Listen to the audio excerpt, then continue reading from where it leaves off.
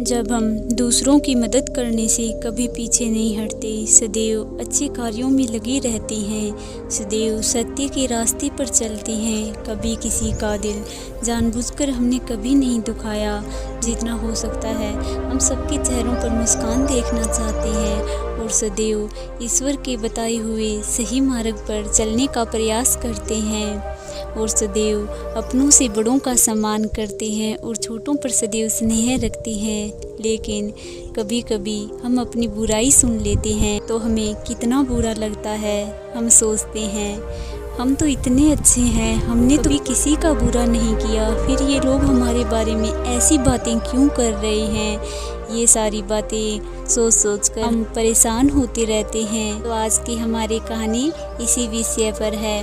दूसरों की बुरी बातों पर ध्यान न दें, अपने लक्ष्य की ओर बढ़ते रहना चाहिए। जो लोग दूसरों की बुरी बातों पर ध्यान देते हैं वे अपने लक्ष्य से भटक सकते हैं। दूसरों की गलत बातों की वजह से हमारा आत्मविश्वास कमज़ोर हो सकता है। बुद्धाय शरणम गच्छामि।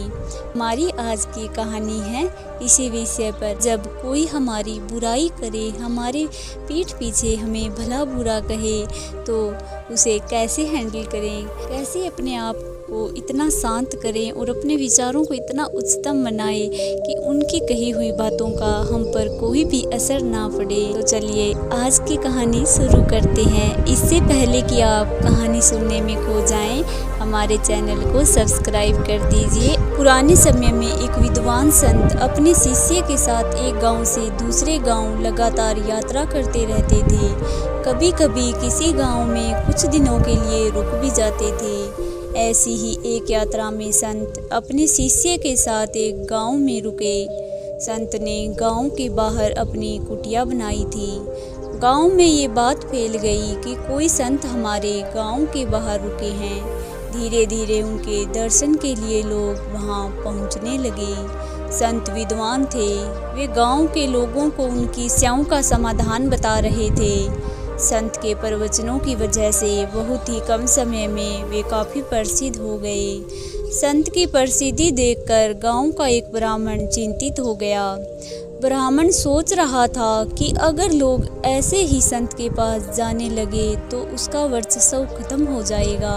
अपने इस डर की वजह से उसने गांव में संत की बुराई करना शुरू कर दिया। वह संत के बारे में बुरी बुरी बातें प्रचारित करने लगा।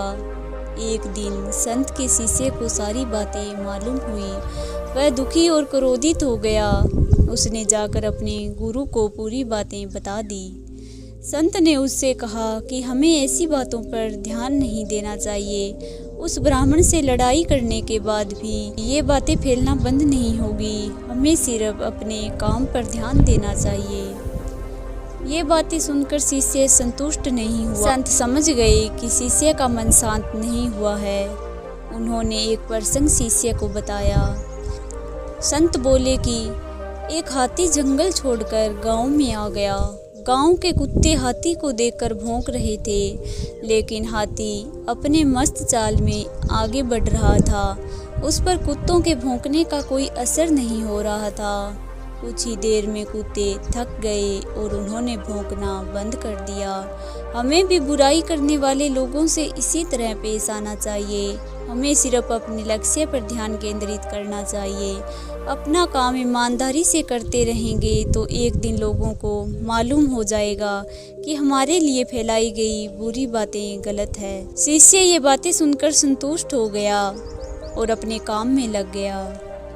इस प्रसंग से यही सीख मिलती है कि हमें भी उन लोगों पर ध्यान नहीं देना चाहिए जो हमारी बुराई करते हैं। बुरी बातों की वजह से हमारा ही आत्मविश्वास कमज़ोर हो सकता है। इसीलिए अपना काम ईमानदारी से करते रहें और आगे बढ़ते रहना चाहिए। और सब कहते हैं कि कामयाबी के पीछे पूरी दुनिया आती है और असफलताओं के साथ 100 मुसीबतें आती है। अगर हम लोगों द्वारा हमारी की गई बुराइयों पर ध्यान देंगे और उन पर अपना ध्यान केंद्रित कर लेंगे तो हम अपने लक्ष्य से भटक जाएंगे। 100% ध्यान हम अपने लक्ष्य पर नहीं रख पाएंगे, जिससे हमें हमारा लक्ष्य या तो प्राप्त ही नहीं होगा या हमें हमारी मंजिल मिलेगी तो उसमें बहुत समय लग जाएगा। इसीलिए इन बुरी बातों पर ध्यान न देते हुए, इन नकारात्मक पहलुओं को साइड करते हुए अपने लक्ष्य पर बढ़ते जाइए।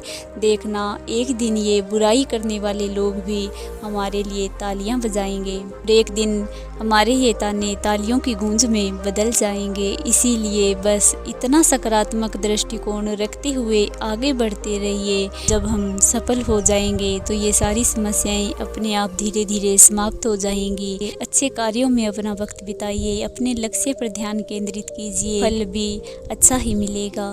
बुद्धाय शरणं गच्छामि।